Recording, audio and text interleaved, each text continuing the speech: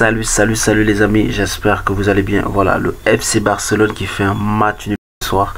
Voilà ce qu'on peut retenir dans cette vidéo, dans ce match. Parce que le Barça fait un triste match. Voilà, en termes de qualité de jeu, en termes de fond de jeu. Voilà, le FC Barcelone qui a vraiment réalisé une partie assez moyenne. Il faut dire la vérité, l'équipe a été dominée, voilà, de début à la fin du match, à part quelques séquences de jeu, mais en général lors de ce match le FC Barcelone a été dominé par l'équipe de la Real Sociedad. Donc coup de grâce à la fin de la partie, à la 73e minute, but de la tête de Ronald Araujo.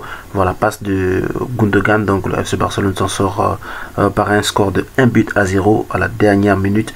Donc voilà ce qu'on peut retenir de ce match actuellement. Donc dans cette vidéo nous parlerons de ce match, également la tactique de Xavi. Nous parlerons également des tops et des flops lors de ce match. Donc bienvenue déjà dans cette vidéo. Pour tout acteur qui n'est pas encore abonné, n'hésite pas à t'abonner et d'activer la cloche de notification pour ne pas rater nos prochaines vidéos.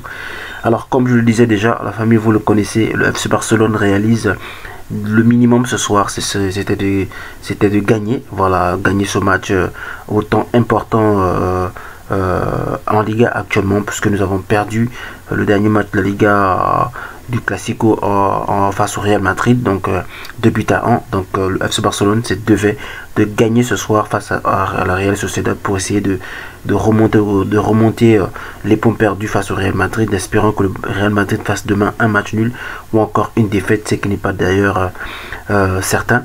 Donc le Barça commence ce match avec voilà, des joueurs quand même, un classement quand même intéressant, parce que nous avons constaté le retour de Koundé dans l'équipe, et également le retour de Pedri, même si Pedri a commencé la partie au banc de touche. Donc le FC Barcelone commence derrière, déjà gardien avec Ter Stegen. En défense nous avons eu la triplette Ronald Araujo, à droite Koundé, à l'axe, et également comment il s'appelle, Inigo Martinez également qui était à gauche. Donc c'était une défense en 3, mais qui pourrait redescendre à 4 après les contre-attaques. Nous avions le jeune Baldé sur le côté droit, côté gauche pardon, et Joao Cancelo du côté droit. Et en milieu de terrain nous avons Gundogan, donc devant la défense. Nous avons aussi Gavi, Gundogan, Gavi en milieu de terrain. Et en attaque nous avons eu Lewandowski et Joao Félix qui eux jouent à la part de l'attaque. Donc l'équipe était très intéressante pour moi. C'était un très beau classement d'ailleurs, mais malheureusement dès l'entame du match nous avons constaté que le FC Barcelone avait beaucoup de difficultés à garder la balle, beaucoup de difficultés à faire, voilà, des passes entre eux, beaucoup de difficultés à faire circuler la balle et à faire remonter le jeu. La Real Sociedad qui savait contre-attaquer le FC Barcelone, la Real Sociedad qui savait, voilà, remonter les balles avec beaucoup de pression, faire un pressing assez intelligent, ce qui faisait que le FC Barcelone se retrouvait toujours en difficulté lorsqu'il fallait jouer un jeu de transition, faire passer les balles, et avait des difficultés à trouver Lewandowski qui était à la pointe de l'attaque, et également Joao Félix qui a réalisé une partie quand même assez intéressante mais très moyenne en termes d'occasion. Donc le FC Barcelone en première mi-temps, on ne peut rien retenir du FC Barcelone. Si nous pouvons retenir quelque chose de ce match, c'est plus du côté de la Real Sociedad, parce que c'est l'équipe qui a plus montré des choses importantes, intéressantes.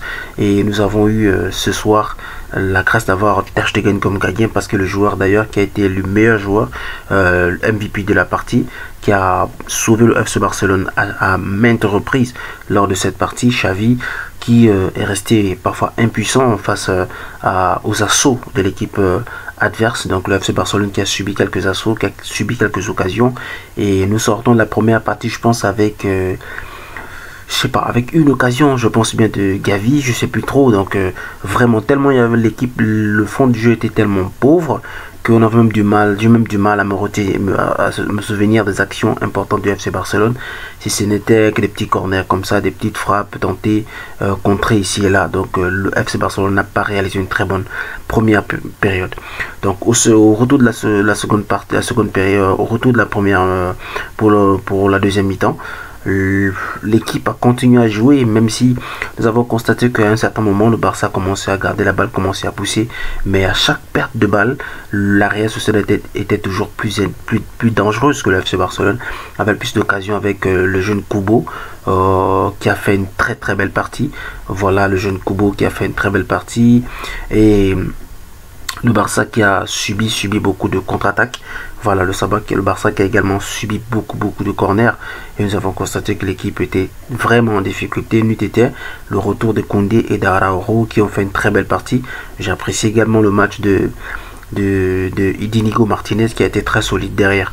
Donc, en bref, moi, ce que je vais dire de cette équipe, ce soir, on va dire, l'équipe de Xavi, c'est que voilà, l'équipe a été vraiment en difficulté, dans les transitions de balle, dans la circulation du ballon, dans voilà, la maîtrise du jeu, parce que nous savons que l'FC Barcelone c'est une équipe de possession, mais malheureusement lors de cette période, lors de ce match, nous avons vu le Barça avoir des difficultés à garder le ballon.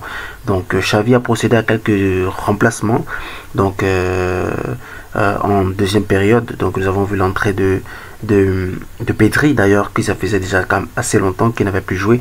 Pedri qui est rentré en milieu de terrain, et nous avons aussi vu l'entrée de Rafinha qui est rentré. Nous avons aussi vu l'entrée de jeune Lamine Yamal qui est rentré. Donc ça a quand même essayé de faire bouger les choses en attaque, mais malheureusement ça restait toujours inefficace. Voilà, PM Pedri qui a quand même fait plaisir lors de ses touches des balles, même si nous avons remarqué que Pedri a perdu quand même quelques balles en milieu de terrain, mais nous comprenons parce qu'il revient de blessure. Mais voilà, à part cela, bon, rien d'intéressant n'a été remarqué lors de cette période, lors de ces matchs. Donc ce qu'on peut retenir, c'est que le FC Barcelone à la dernière minute, voilà, je crois à la 93e 92e minute, balle relancée sur le côté, qui revient sur Gundogan qui fait une belle passe comme ça en profondeur dans la surface de réparation. Ronald Araujo qui est à la limite du hors-jeu, qui met une tête piqué entre les jambes du gardien de la Real Sociedad. Le FC Barcelone qui gagne ce match de justesse in extremis, voilà, sur le score de 1-0. Donc Xavi doit se réveiller, parce que sur le plan tactique ça n'a pas été vraiment alléchant, ça n'a pas été voilà intéressant ce soir. Nous voulons voir le FC Barcelone gagner. Ok, la victoire elle est là, c'est l'essentiel, mais nous voulons voir un FC Barcelone qui rassure, qui joue pour rassurer aussi ses supporters, pour rassurer aussi parce que nous savons que le FC Barcelone cette année est en Ligue des Champions. Nous voulons faire au moins une bonne campagne de Ligue des Champions, et que avec ce type de prestation, ça laisse du doute dans la tête des joueurs, ça laisse du doute dans la tête des supporters, des socios, et etc.